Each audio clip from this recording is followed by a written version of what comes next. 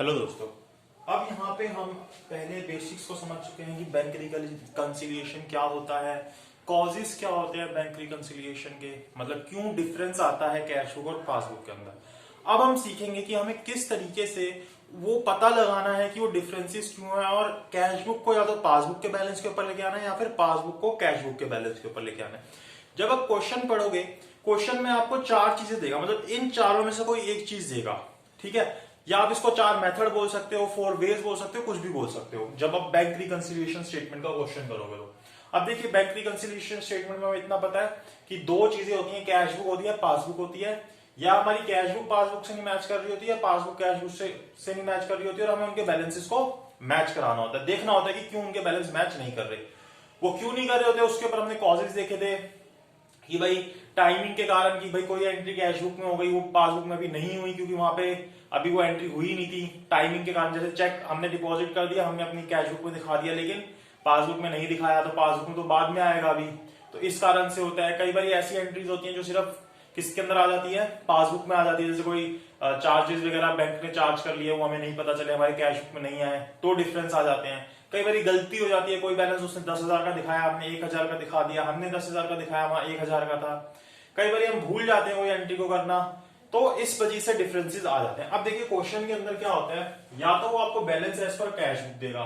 Balance as per cash book को हम क्या बोलते हैं, फेवरेबल बैलेंस बोलते हैं। ये कैश बुक का डेबिट का बैलेंस होता है, डेबिट का बैलेंस होता है, इसलिए इसको प्लस साइड पे लिखते हैं। कैश बुक का जो बैलेंस होता है वो डेबिट का बैलेंस होता है, या हम उसको प्लस का बैलेंस बोल सकते हैं, डेबिट का बैलेंस बोल सकते हैं। इस तरीके से हमें स्टेटमेंट बनानी है, प्लस और माइनस।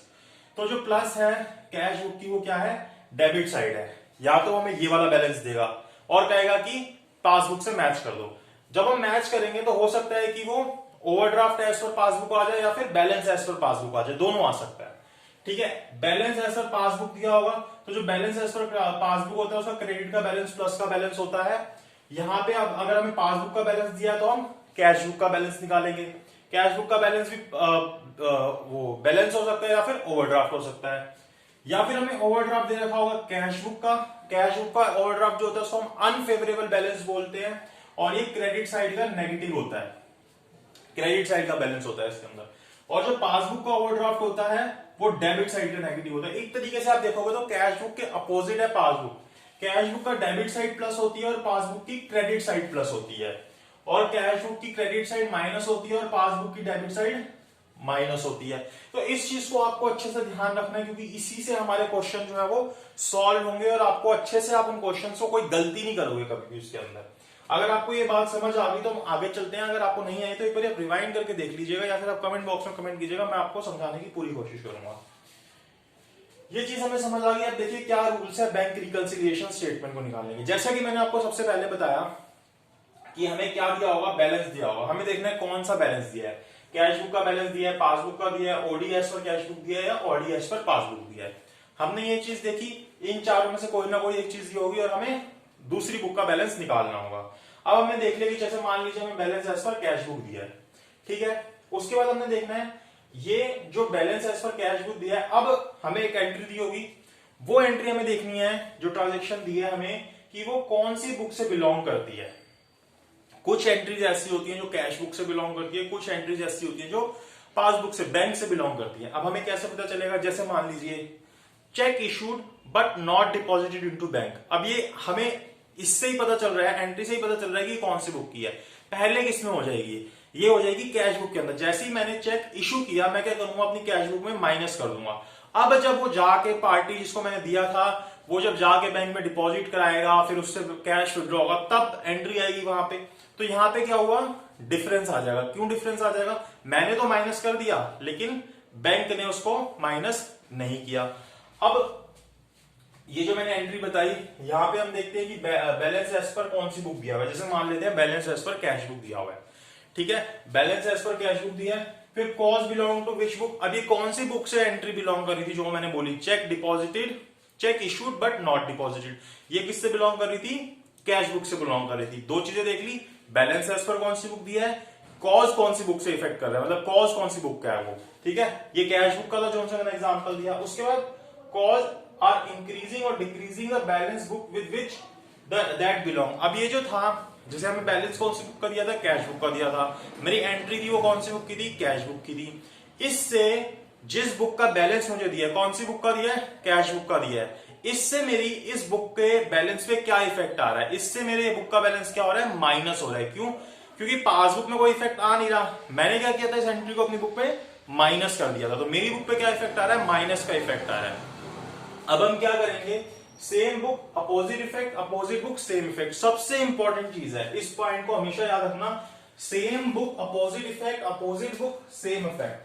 अब देखिए यहां पे हमारे पास कौन सी बुक थी, कैश बुक का बैलेंस दिया था। कॉज कौन सी बुक से बिलोंग कर रहा था, कैश बुक से ही बिलोंग कर रहा था। ठीक है, वो क्या कर रहा था, मेरे बैलेंस को डिक्रीज कर रहा था, माइनस कर रहा था। चेक इशू किया तो हम माइनस करेंगे अपनी बुक में से।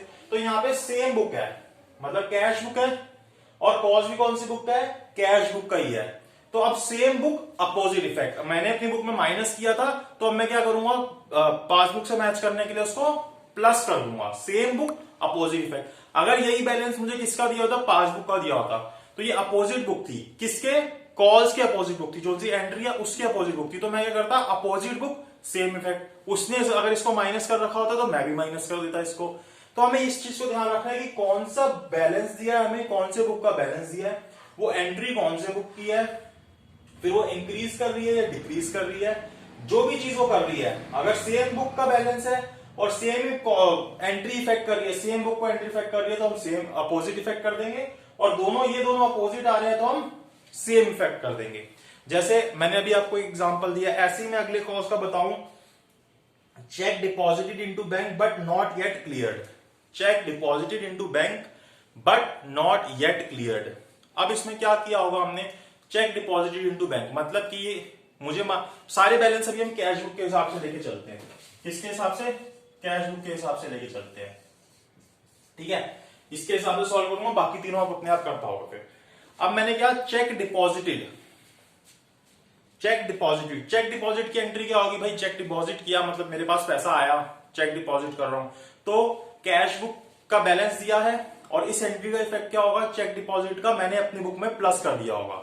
ठीक है, लेकिन वहां पे बैंक से अभी क्लियर नहीं हुआ, मतलब बैंक में अभी वो प्लस नहीं हुआ होगा।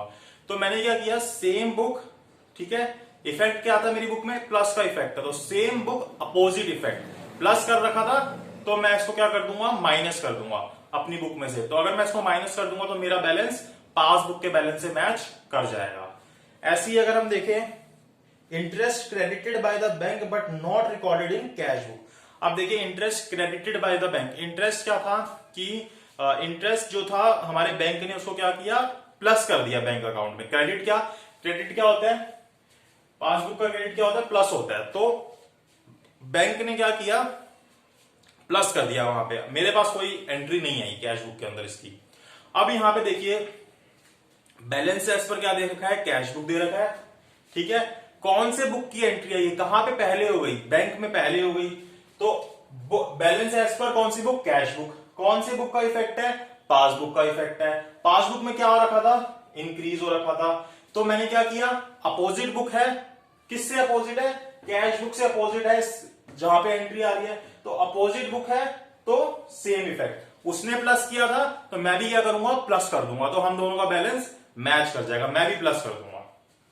ऐसे ही bank charges, interest charge by bank but not recorded in cash book.